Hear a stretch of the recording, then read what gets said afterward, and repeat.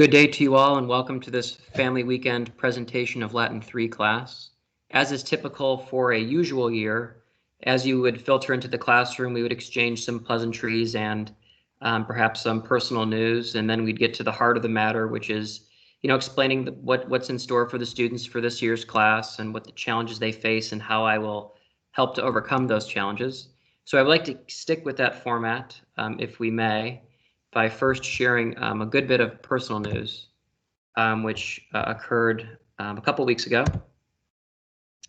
Let me pull up a little slide here. So this was my family back last Christmas when we went to visit some family. We have there, this was from a Latin 1 presentation, so you can ignore much of the writing, but you have I or myself, Mr. Zawie, Uxor Mea, my wife, Mrs. Zawie, Filius Meus, my son Beckett, and then Canis Mea, my dog Beatrice.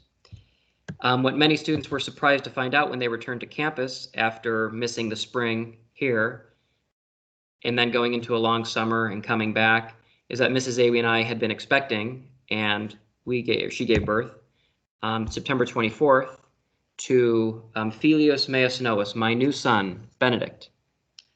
So there, Benedict is born at 2 a.m., so it was an early morning that day, and there, my son Beckett is holding his new little brother. So that was a good bit of a nice way to start the year. It's been a bit tiring since, as you all know, but it caused a minor disruption to the pacing of the class. But I'm, back at school now, and the class is, certainly in gear toward having a good school year overall. So let me explain a bit about this class with this brief video we have. Latin 3 is an important year for the students in the class for one of two major reasons. St. James, as you may recall, has a 3-year foreign language requirement, and so there are those students who are in the class just to finish their foreign language requirement, and there's no shame in that. I am very happy that they stuck with Latin for all 3 years. Other students have their sights set on taking AP Latin next year, and so they use this year as a springboard for the future challenge coming up. There might actually be a third category of students who aren't sure which direction they're leaning, so they're in a wait-and-see approach as to how the year will go. Accordingly, there is a challenging dynamic in the class. I need to keep those who are the 3 years and out group engaged and keep the material accessible to them. On the other hand, I need to push the pre-AP students and help them build their foundation for the significant challenges they'll face next year. First, let me express what makes Latin 3 so difficult, or so the reputation has been handed down from year to year. Then I'll use the rest of the video to show you how I am attempting to strike this balance between the two sides of students and the difficulty of the material. So for the first time in their study of Latin, the students encounter authentic sources. Here's their textbook, which I've had up on the screen now, this Latin for the New Millennium.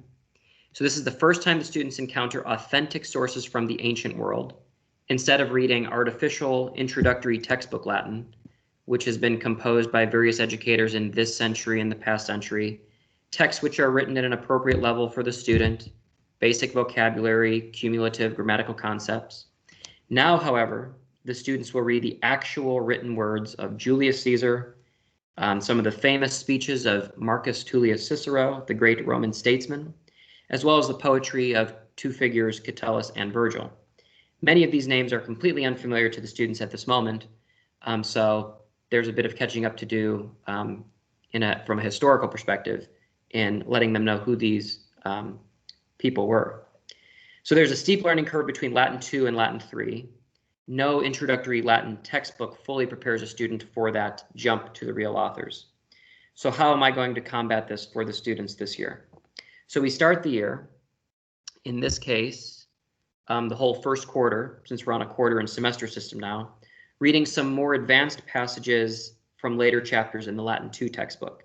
So that ensures that the vocabulary and grammatical structures we learned during the first 2 years is still with us. The chapter we've been going over now is about Theseus and the Minotaur, a familiar mythological story to the students. That context then providing them some insight into attacking this passage, so to speak, and translating it appropriately and understanding the grammar accurately. So we're going through this chapter, we should finish it by the time this video posts.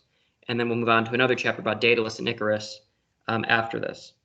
And then when we begin the second quarter, we should get into this green textbook, which you see right here. So when we finally do move to that authentic Latin of the new textbook, the first thing I want to say is that this textbook that I've chosen is very student-friendly. So each chapter, let me see if I can demonstrate for you here. Each chapter begins with a historical reading about the author. In this case, we start with Julius Caesar. So we gain a historical background on the author, which provides context for the reading. And then once we get to the author or to the text itself, you don't quite get the same sense as a book that opens up with two sides when we have the scrolling screen. But you can see we have the Latin text in the middle of the screen, and then notes, grammar notes, and vocabulary on the same page, as well as study tips for the students, reminders of what they may have learned in Latin 1 and 2.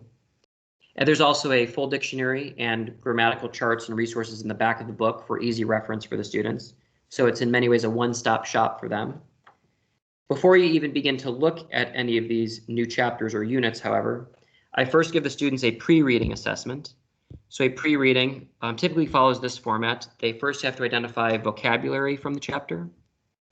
Then they have to identify Latin nouns and adjective pairings, which helps them sort of organize the sentence into different chunks or units. And then finally, they have to identify the verbs in the sentences. And this, gives them some building blocks on which they can then put the sentences and the entire chapters together as best as they can.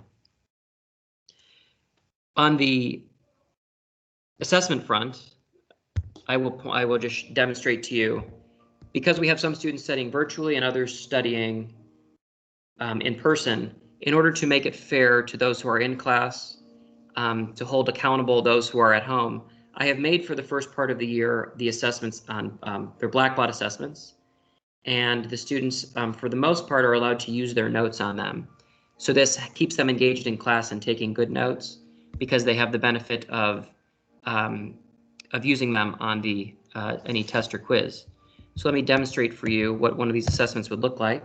The questions are randomized, so the students should study beforehand. So they should have an idea of what the questions are, of course. They're asked different grammatical questions. They're asked translation and grammar questions, or just translation questions. A similar format to what they may have faced before, except it's in this case more comprehensive and covers the whole chapter. So that's just one method of assessment that we're using, at least to begin the year, which the students are becoming more and more acquainted with. So that wraps up this brief presentation. I wish we could have met in person. Hopefully next year, for those who go on to AP, and even those who don't go on, you can pass down the hall and say hello to the former Latin teacher of your children. So I hope you are all well, and as I would say to the students and they would say to me, Wale.